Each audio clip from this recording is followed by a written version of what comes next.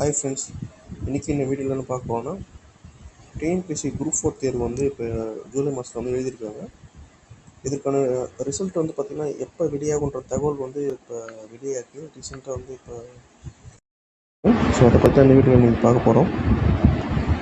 வாங்க ஃப்ரெண்ட்ஸ், இந்த வீடியோக்குள்ளே நீங்கள் போகலாம். அதுக்கு மட்டும் எங்கள் சேனலை சப்ஸ்கிரைப் பண்ணிக்கோ ஃப்ரெண்ட்ஸ். பக்கத்தில் பெல் பட்டன் கிளிக் பண்ணிக்கோ, அப்போ நான் போகிற வீடியோஸ்லாம் உங்களுக்கு ஈஸியாகும். வாங்க ஃப்ரெண்ட்ஸ், வீடியோக்குள்ளே போகலாம். கடந்த ஜூலை மாதம் வந்து குரூப் 4 இந்த எக்ஸாம்ஸ் வந்து எழுதியிருக்காங்க. அதுக்கான எக்ஸாம்ஸ் பற்றி தான் பார்க்க போகிறோம். ரிசல்ட் எப்போ வரும் சொல்லிட்டு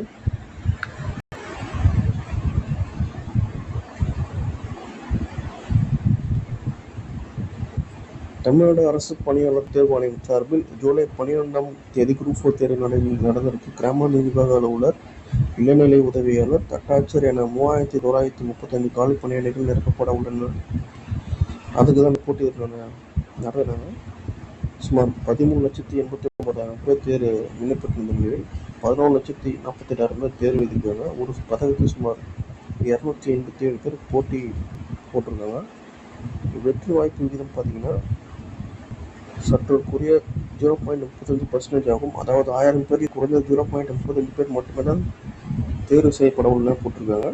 எப்போதும் இல்லாத அளவுக்கு இந்த ஆண்டு குரூப் 4 மிகவும் ரொம்ப கஷ்டமாக கேட்டிருக்காங்க. பார்த்தீங்கன்னா தமிழில் தான் அதிக கேள்விகள் வந்து கஷ்டமாக கேட்டிருக்காங்க.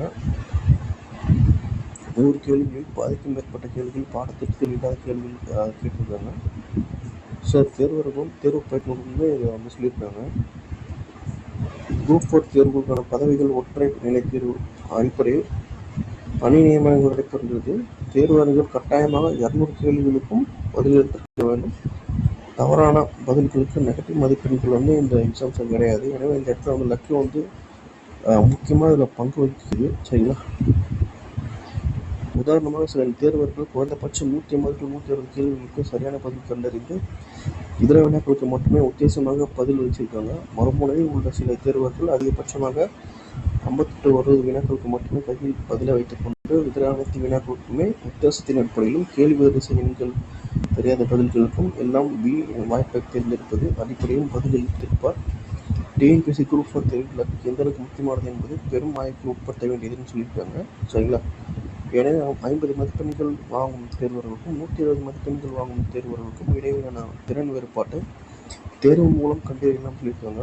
ஆனால் 120 மதிப்பெண்கள் வாங்கும் தேர்வுகளுக்கும் 170 0.01 வாங்கும் தேர்வுகளுக்கும் இடையிலான வேறுபாட்டை எழுத்துத்திறன் மூலம் கண்டறிவது மிக கடினம் போட்டிருக்காங்க.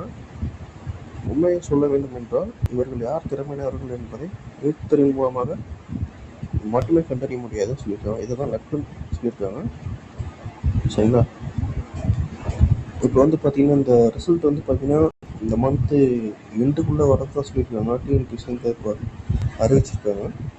இந்த மந்த் எண்டுக்குள்ளே உங்களோட இந்த ரிசல்ட் எதிர்பார்க்கலாம், குரூப் 4 ரிசல்ட்டு.